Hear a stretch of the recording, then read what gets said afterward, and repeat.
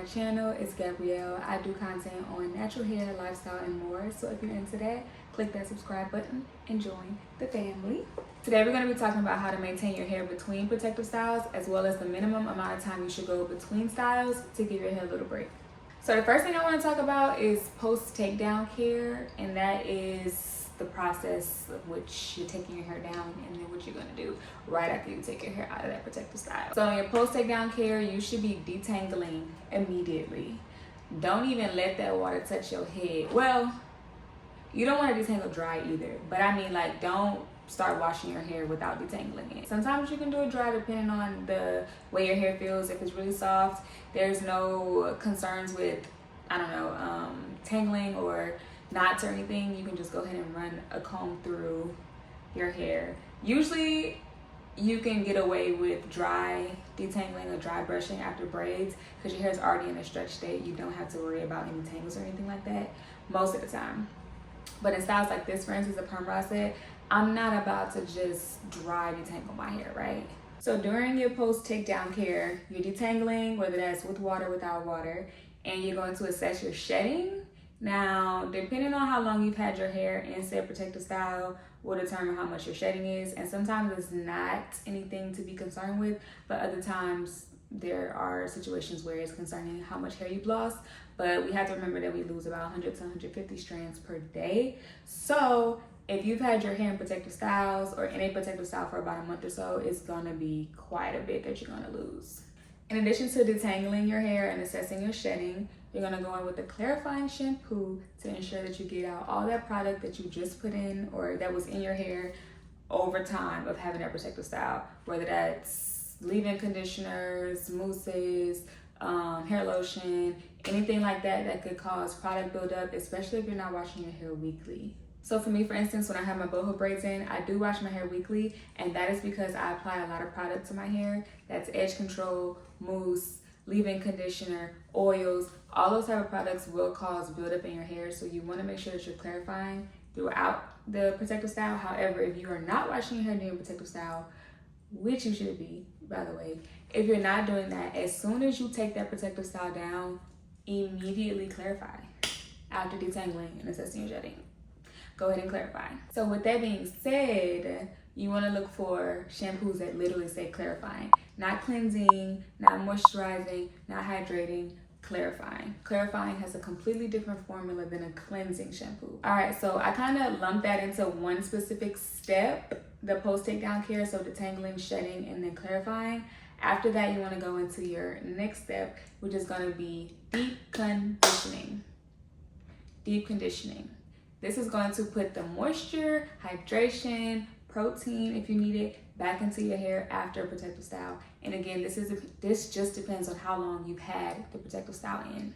So for deep conditioners, I actually have a video on it. I'm going to tag it.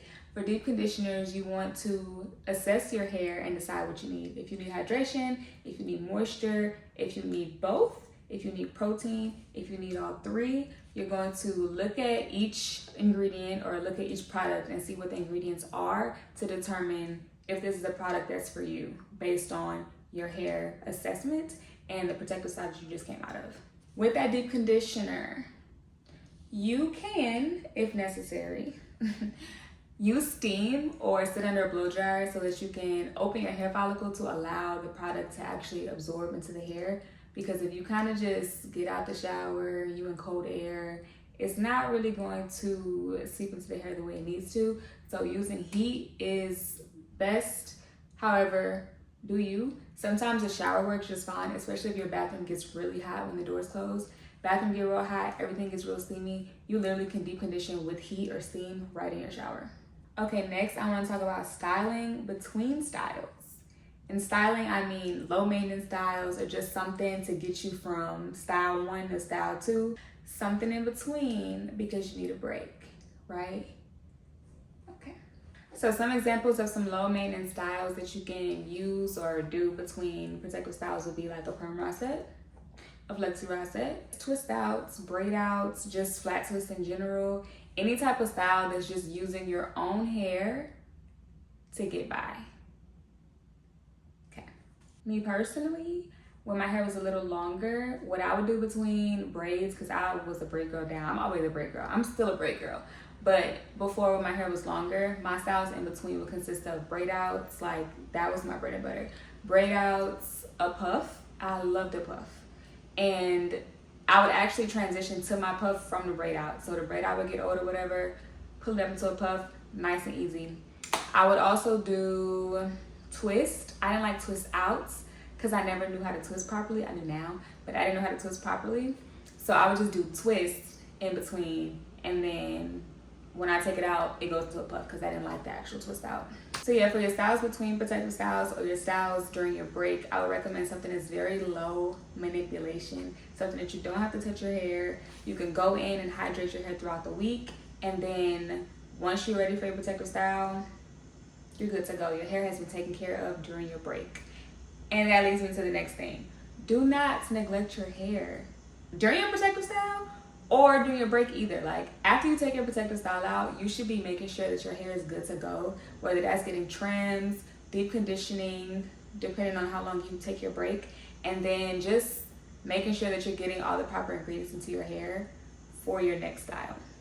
So I also want to talk about how long you should go between styles and between breaks. I would say the minimum being a week, to be honest. And I know some girls go from style to style to style to style. It'd be like one day they got a bust down, next day they got braids, and then just hop hairstyles, and it'd be like a day's break in between.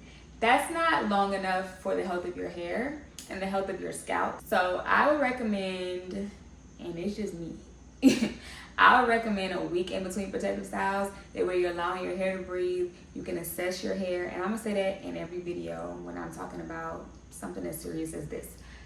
You need to assess your hair. So a week is going to allow you to assess your hair throughout the week. Do you need more hydration before you go into a protective style? Do you need moisture? Do you need to take a longer break? Like, that will let you know, or 1 week shall let you know how long or what you need before you go into your next protective style. And that kind of is in the category of prepping for your next style. So additionally, in that category, I want to discuss protein treatments. So in my video about deep conditioners, I discussed protein conditioners, or conditioners that happen to have protein in them and they're marketed as protein conditioners. Yeah.